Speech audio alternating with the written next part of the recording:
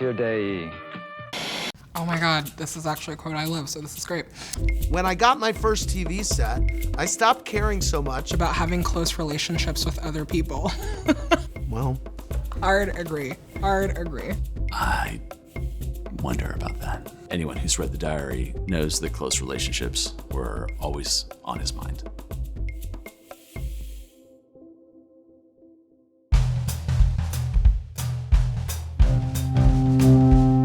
Andy said he wanted to be a machine. He said it, he put it out there. And I think people took him way too literally. I think there was tremendous vulnerability there. And that seems at odds with the myth that surrounded Warhol, in which he helped to both create and perpetuate. I think so many people forget that he was a human being. He was so gentle and had this sort of ethereal presence, almost as if he were weightless. He had desire. He experienced intimacy and love. He actually brought so much of that personal narrative and personal life into the work. For Warhol in the late 50s, trying to enter into an art world that was full of hard-drinking, tough dudes who were making big oil paintings, to be a out gay man was absolutely against the grain and the expectations of everything a male American artist was meant to be.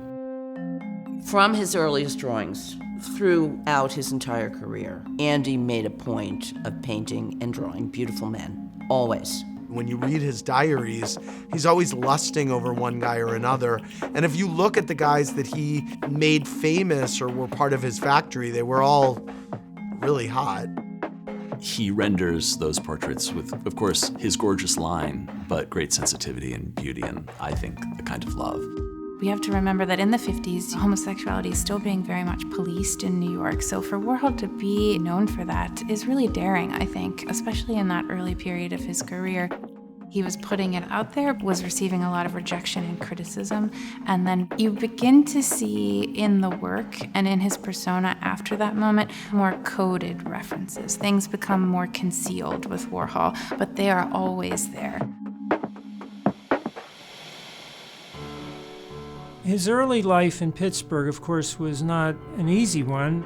Warhol comes from an immigrant family. He had a very sort of meager upbringing, was the youngest of 3 boys. His father dies when he's relatively young. His mother sells paper flowers door to door. She came from eastern Slovakia, and they speak a different language called Rusin. And Andy's first language was that, and he spoke that all his life to her.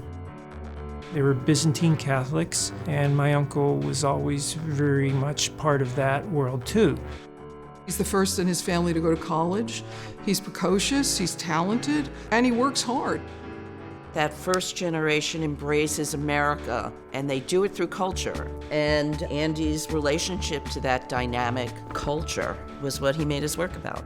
Through art, you can change who you are, you can become. You can transform yourself, and your community can transform itself too.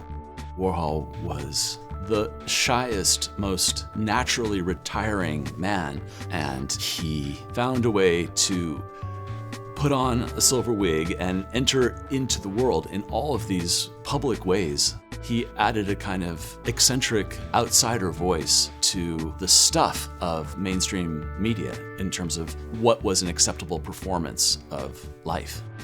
What he's remembered for is for being off-center and not by playing by the rules. And ultimately, that's what's important as an artist in my mind, is what canons you leave for a generation after.